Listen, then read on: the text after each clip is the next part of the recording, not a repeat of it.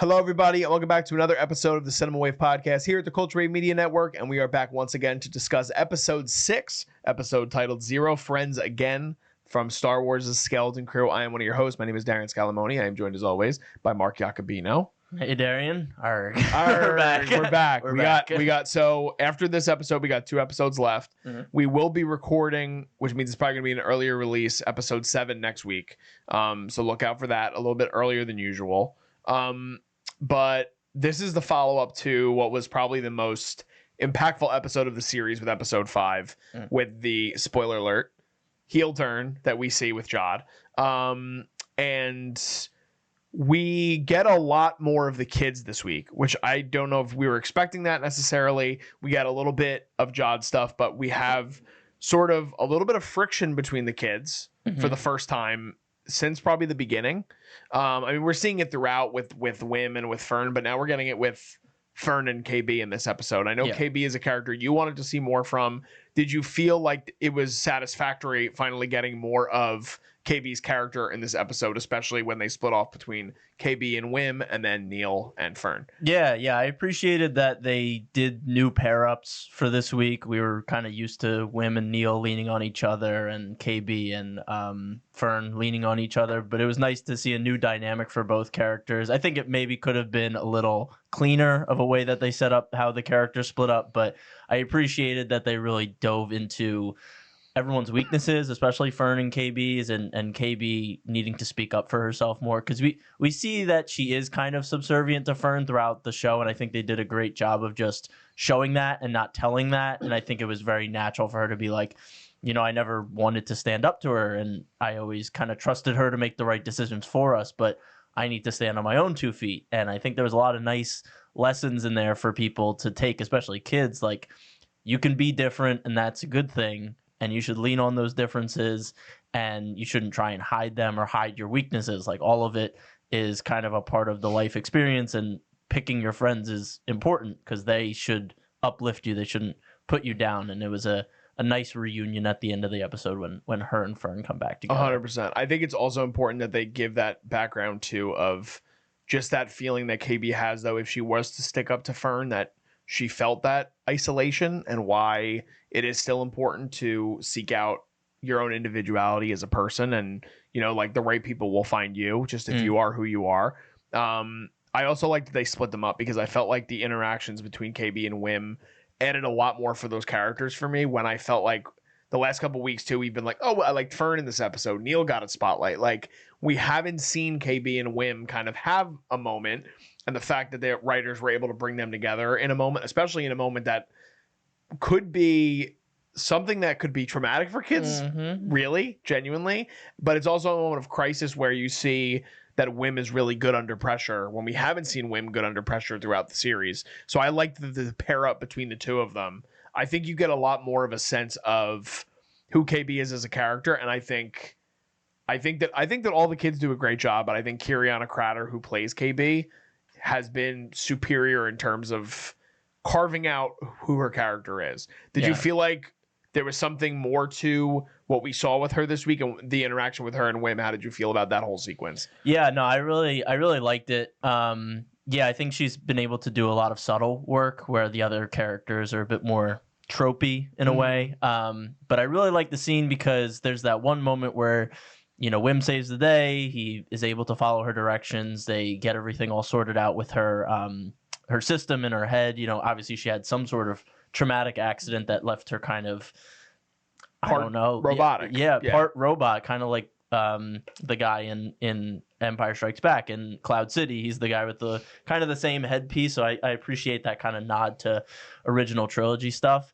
But yeah, the moment when Wim does save the day and she gets up, she's all energetic, and she says, like, thanks, Jedi. I thought that was such a great line, because it's not only like Wim's like dream to be a Jedi, and she knows that, at least adjacently, that, you know, he looks up to Jedi. And in the last episode, he had a moment where, even though he messed up with the lightsaber, it was a very brave thing for him to do, to stand up to Jod like that. But also just stepping back and looking at Star Wars as a whole, and the way Disney has kind of maybe treated the lore of Jedi and the appreciation of Jedi a little underhanded. The Acolyte tried to kind of tear the Jedi down in a not so good way, and a lot of other pieces of Star Wars media just haven't lived up to like what Jedi are supposed to be. Star Wars is supposed to be about Jedi and kind of living your life by a moral code, and the Jedi are supposed to be that moral center. And I appreciate the prequels and the Clone Wars for digging a little deeper into where the Jedi are flawed, but at the end of the day, the Jedi should be the heroes.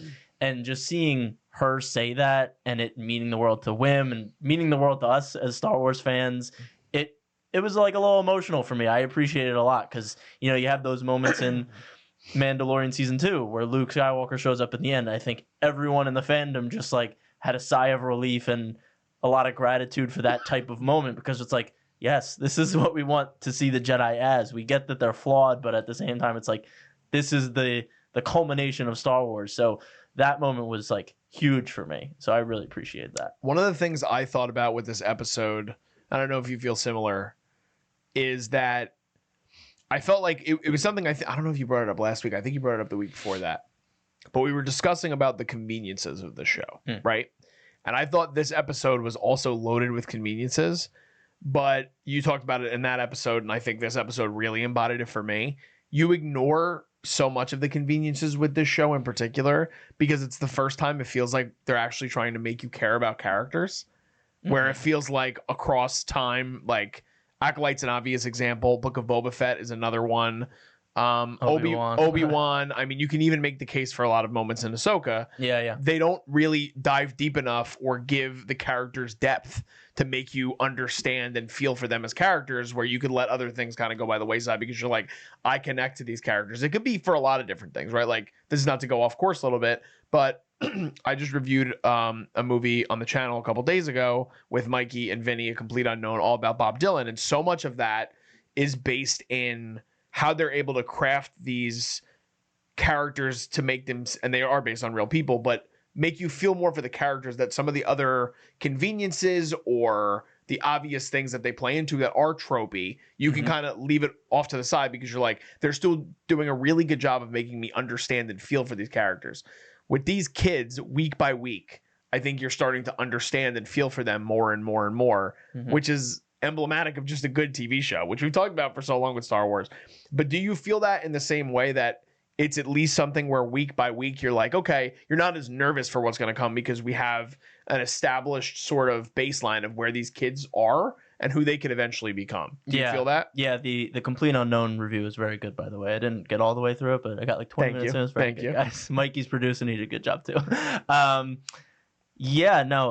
I just threw myself off. What was the about the baseline of the characters and how do you feel week to week? There's not that normal anxiety that we've been feeling as Star Wars fans. Absolutely, yeah. It's episodes like this where they do take their time and they do have these like quiet moments where Wim and KB can just kind of talk back and forth, or even though Neil and Fern are in a somewhat precarious situation, they could still get something about the characters while they're in those precarious situations. It's not just characters doing actiony things. You're understanding what's going on. So again, like, I zoom out a bit. Is this the best show, or is it like a great show?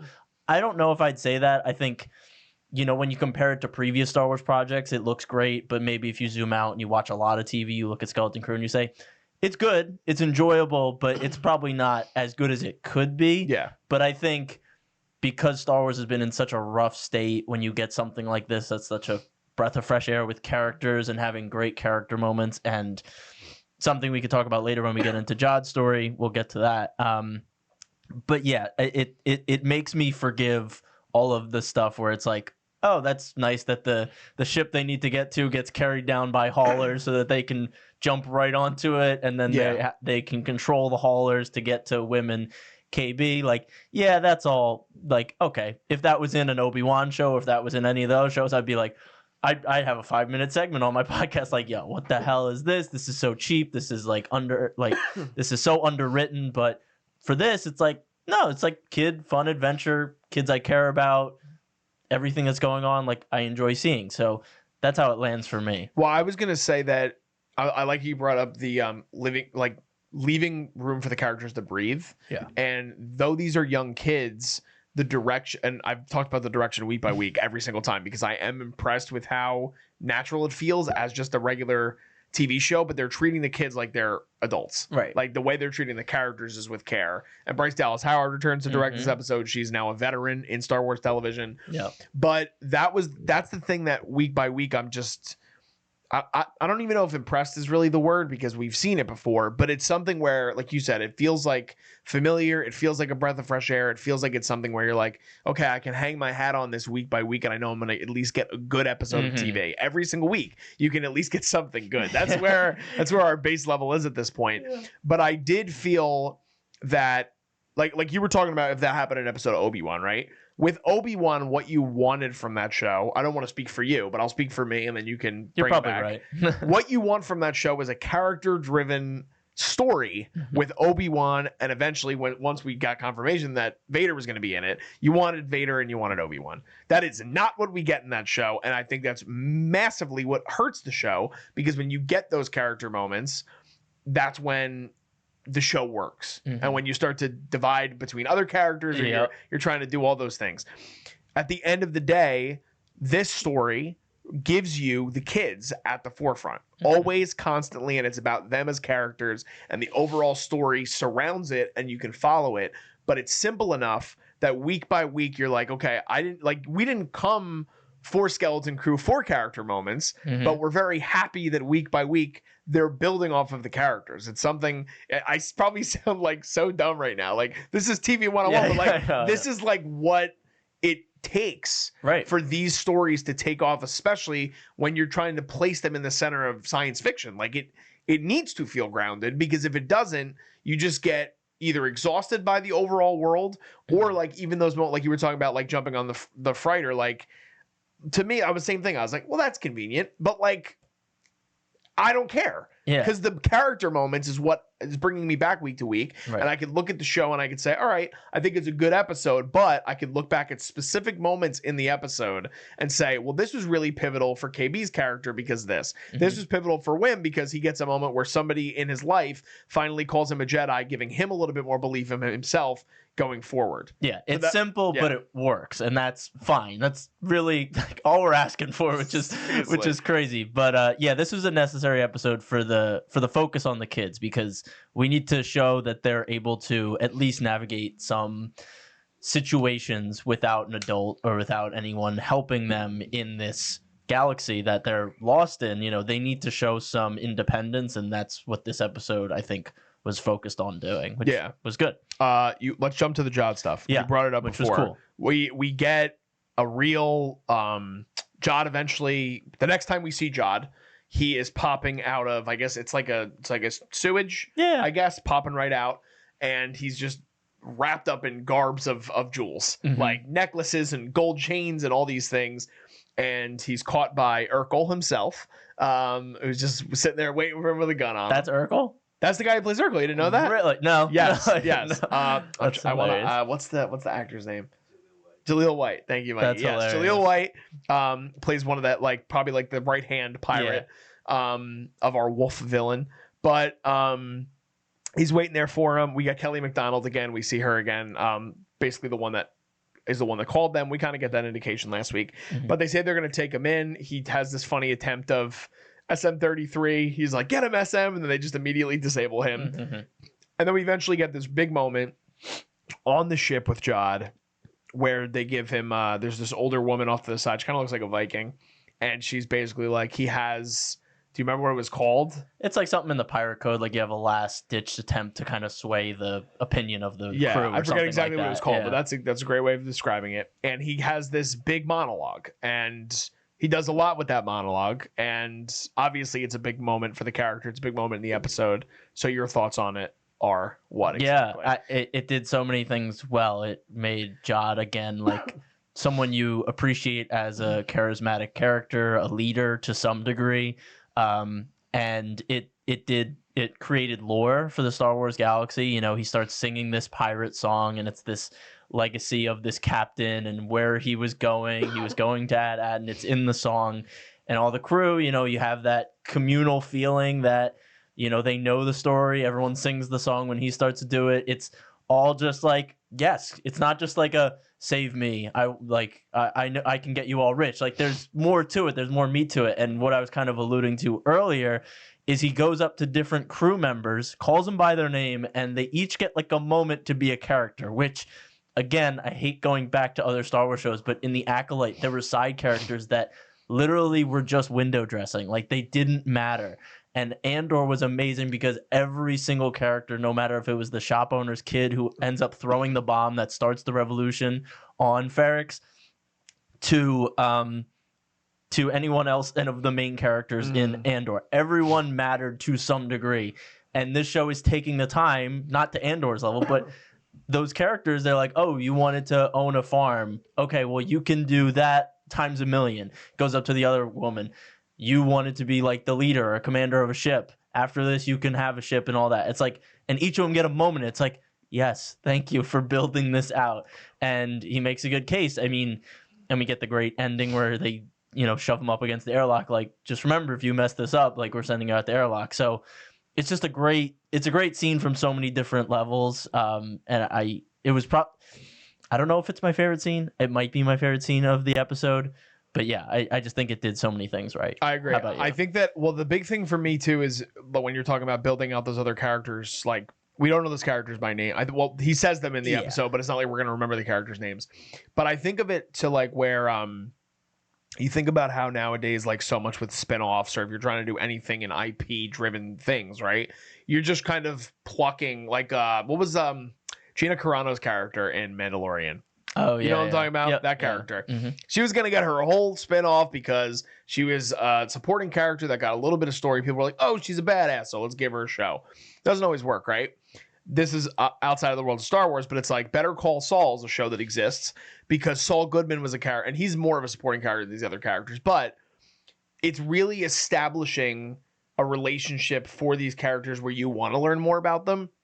For me, what that scene did was, however this show ends up ending, I want more pirate adventures with Jod. There you go. That's what I want. And it's not something where I'm like, it's not something where like we're going to end the show and we're going to be like, oh, I wonder where they go from here. It's like, no. This is what I'm clamoring for. Like, I want to see more of him being this character because I love what they do with Jod week by week, giving him a different name. He's totally Crimson Jack to the tens in this episode. And like you said, giving that individuality to all these different characters, also showing that he cares about all of them. Right. To know all these specific things. Like the thing with the farm, I thought was great because also earlier on in that whole sequence, they flip the hourglass. Yeah. And he's the first one that gets an aside and he's just like laughing at him. Like he's like, yeah, how you gonna get yourself out of this one? And then he's like, you wanted a farm of bioluminescent plants. Yeah. You got it, dude. Like, if you let me take you to Ad-Atten, you will get whatever you want. And you start to see in the characters, too, their mind shifting. And they're like, okay. And they believed in him at one point. Jod was the leader. Right. So, do we end up there at the end? I think it's possible. I don't know where they go at that point. But I agree with you. I think it's a scene that really accomplished a lot. And boy, oh boy, do I love fucking Jude Law in Star Wars. I love Jude Law in Star Wars because this character, he's the first person I've seen do, and I'm not going to say, so don't kill me in the comments. It's not Han Solo. It's not Lando, but it's a really good attempt of doing a character very similar. And you don't see it in Star Wars anymore. They've tried to do it with other characters. You haven't really gotten it. Like Cobb Vanth has a bit of that. Yeah. But it's still different. Like Cobb is designed differently.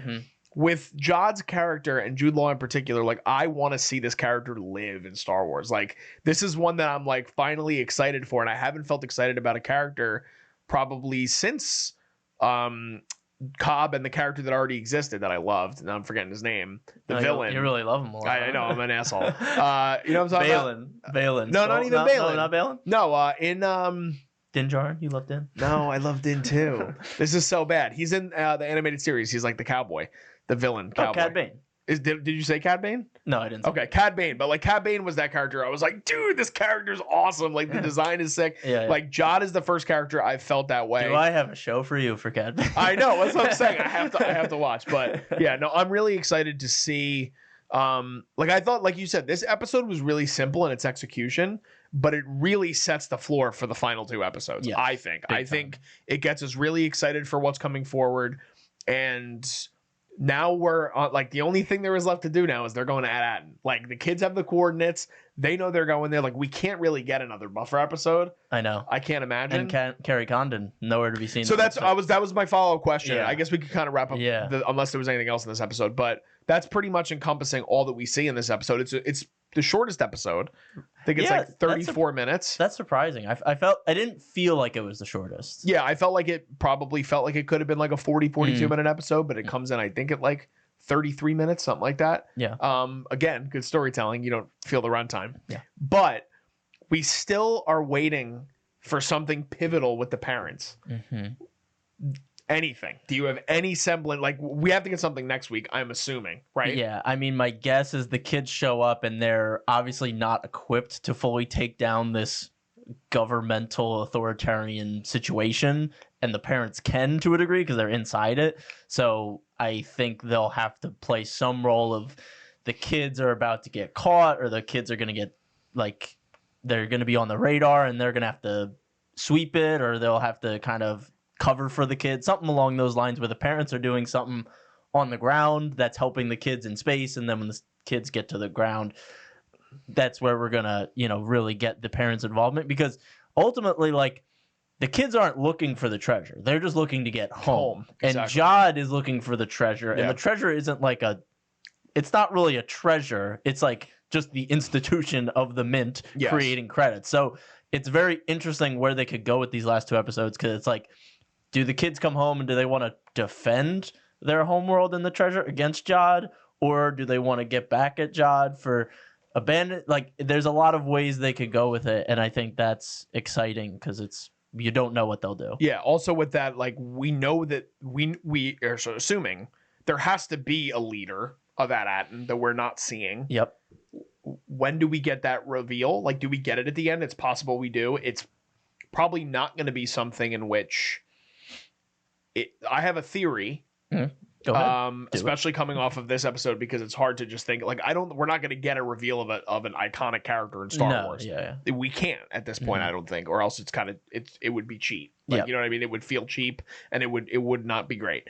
This character that they're singing for, the captain who ends up at Atten, I think is ruling the planet. Okay, cool. And I think that there's going to have to be some sort of, he's going to not look like himself. I don't know exactly who it's going to be, an actor of some caliber. It's going to have to be, I think.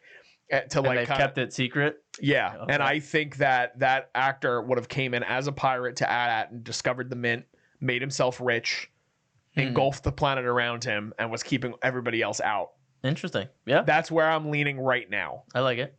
I have seen theories that it's like Wim's mom, because we don't see Wim's mom and she disappeared. Like, and we hear a lot of talk about her, and we're like, is that just to be like a character thing for Wim, or are they setting a little bit of a trap to kind of have that big reveal? Some people think, again, there's that idea that this mint is the thing that's funding, or at least part of the thing that's funding the First Order, and the First Order coming to be.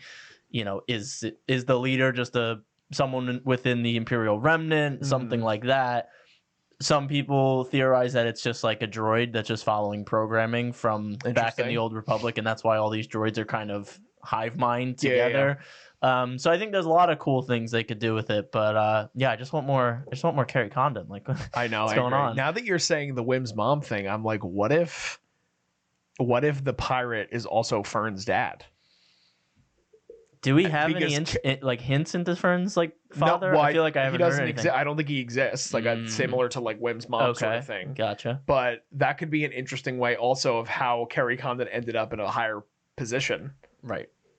And a big actress in the show, like having a big moment kind of towards the end. Again, we might see a continuation of the show. We have to obviously see how it wraps up. But like you said, I'm excited to know that it feels good with the mystery coming in the next 2 weeks. Absolutely. It's the first time we're like getting towards the end of the show. We're like, I don't want it to end necessarily because I'm liking the journey week to week, but I'm really excited to see where they end up. Absolutely. So yeah. And I like how they end kind of the kids portion of the episode with them all kind of going to their different battle stations that we've seen hinted at earlier in the show, where like they're like, Neil, you flew before, you can fly. He's like, okay. He sits down. Fern's kind of in the pilot chair calling the shots. Wim goes to the gunner seat because he's kind of just like, oh, I can help in my own way. I'll just blow it up. And then, KB's just running around the engine room like, I can give you a little more power, hitting all the different buttons. So it was nice how that kind of naturally just like dispersed throughout the ship. And then we get a nice new ship design, which again, I've never seen a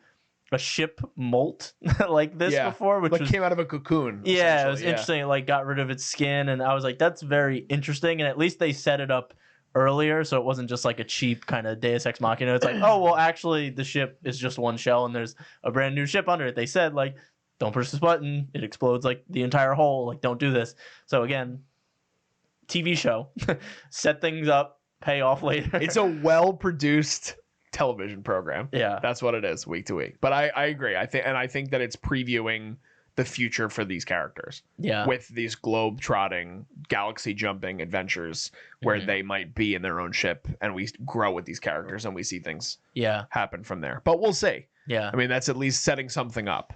Absolutely, which is good in a proper way. Yeah, there's one like last topic, and if we're gonna be over time, like we don't have to go into this, but the budget was released kind of for this show and for Andor season 1 and 2. Andor season 1 and 2 coming in at $690 million for two seasons. I just saw Mikey out of my peripheral. This is crazy. And this show cost $140 million for season 1. For season 1, again, pretty astronomical budget for a pretty simple story, we would think. Yeah. Do you think that Star Wars, or at least Disney, and I know kind of the answer, like they're gun shy to make movies, but do you think this could have been a movie, like a 2-hour and 20-minute movie, if they shaved down some of these in-between moments? We get these 30-minute episodes that are probably more realistically like 25, 28 without the opening credits. Yeah. Do you think this could have been just a Star Wars Goonies story released in theaters for $140 million? Probably makes $350. Totally could have been. Yeah. They're too afraid.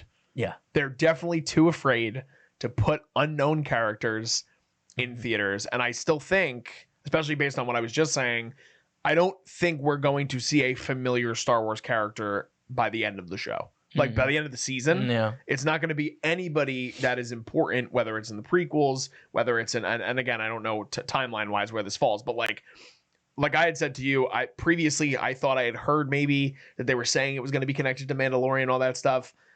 I have no indication of that through 6 episodes. Yeah. I definitely hope it doesn't now. Right. At this point. So I think that maybe there's some sort of way that we see some of these characters in Mandalorian and Grogu in the movie, or maybe not that movie, but Filoni's eventual movie that's going to get made. Yeah. Yeah, but no, I don't think that Lucasfilm is brave enough. It's just to make this into a movie. It's just crazy because like they got so gun shy after Rise of Skywalker and Solo. Like they got so gun shy, and just thinking about these budgets, which are just like astronomical. And I think Andor. I'm not saying the budget's justified. I'm saying the show for Andor is justified. Like that could only be told in TV. But the only reason I think that they did that, this kind of goes off of what you're saying. The only movie they made. Mm-hmm. And even this is a cheat. The only movie they've made since they've been under the Disney umbrella that is not attached to anything previous is Rogue One.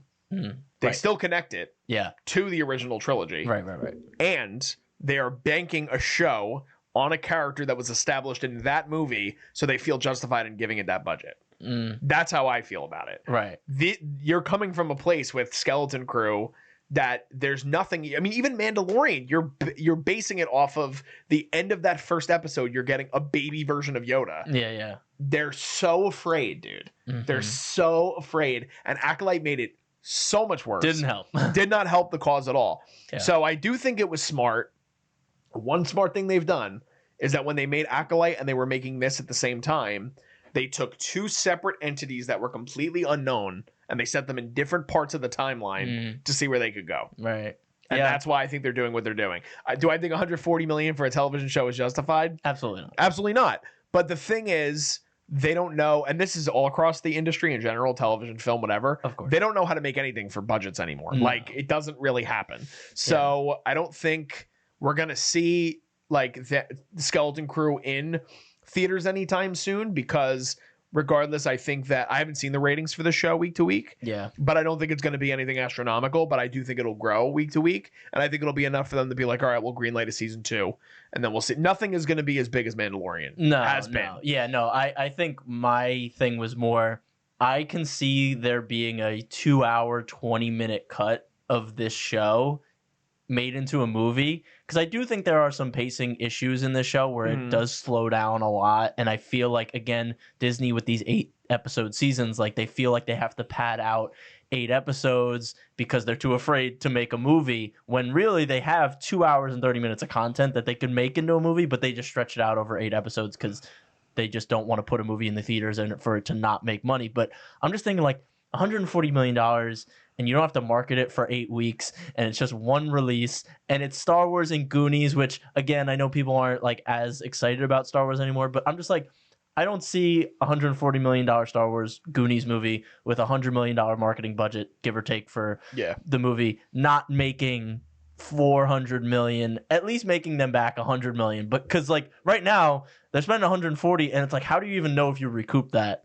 You definitely didn't recoup it for Andor. Like, there's just no way they made anything close to that. The one thing with the Andor, the justification, though, is probably the awards. The awards, but again, it's like $700 million. It's like, a lot of money. Who at Disney is like, yeah, we got like 500,000 subscribers off that? Like, I think it's crazy. And we'll end it on this. Yeah, but Mandalorian and Grogu, I'm pretty sure the budget is around like 180 to 200 million. Which is crazy. But I would expect that to be more. That movie is probably going to make at least 650 million. Right. That movie's going to destroy for Disney. And if it doesn't, there's a massive problem. Yeah. But that's going to give them maybe the flexibility to see where they go from there. But then I think the biggest test with movie stuff is going to be, and this is why they picked somebody that they trust, and it's taking a while, which we knew this was going to happen anyway, but like they wanted it to be Taika. It can't be Taika. The Sean Levy movie that's going to get made, and I keep hearing is the one that's closest to the finish line, that's going to be the one. That's going to be the test, because that one is going to apparently have nothing to do. It's going to be an original story. Oh, well, I heard a rumor that it's going to be connected to Rey. Mangold's is going to be connected to Rey, which that's is also the Dawn of the Jedi one. Yes, and that's as of right now. These are all rumors. These are all rumors. As of right now, it is scheduled to start filming in the fall of 2025. Dawn of the Jedi, or the Rey movie. No, Dawn of the Jedi, which is the Rey movie. No, the Rey movie isn't Dawn of the Jedi. It's not? Dawn of the Jedi is the one about the first Jedi. The first Jedi. No, the Rey movie is the one that had Stephen Knight, the writer from Peaky Blinders. Okay. And Charmin Obaid Chinoy. Yes, was supposed to direct it. Yeah. Okay. So maybe they're retconning and they're making Levy's. See, this is a disaster. We got to stop. We're done. We're going to keep doing this. We got to stop. We're not doing Fucking that. Star Wars. This is what happens. Yeah. But let us know what you guys are thinking of Skeleton Crew. This was episode 6. We're as you can say, our enthusiasm is getting bigger for the show week to week, which is always great. Yep. Hopefully your enthusiasm is growing as well. Let us know in the comments what your thoughts are on the show so far. We love having a conversation with you guys on YouTube in the comments about it. Give this video a like if you can, and subscribe to us here at the Culture Wave Media Network. And I want to give Mark a second to plug his own podcast, which is all Star Wars related. Yeah, thanks, Darian. So yeah, I run the Star Wars Mark of Balance podcast, talk a little bit more in depth about the Star Wars of it all, from TV to movies to books to video games. So would appreciate you guys going on over and following me at *_wars_ Mark of Balance on Instagram, and then I'm on all these streaming platforms. So thanks. And maybe on Mark's podcast we'll have a longer conversation about the future of Star Wars, or maybe on here. We do it like every 6 months. Yeah, it's always a conversation we have, especially through text message all the time. Yeah. But thank you guys again for tuning in. Check us out on social media if you guys don't follow us already. All that stuff is underneath me, and it's in the description for the YouTube. And thanks, Mark, always for coming on. Just signing off, I am Darian Scalamoni. I'm Mark Jacobino. And we will see you guys next week. This is The Culture.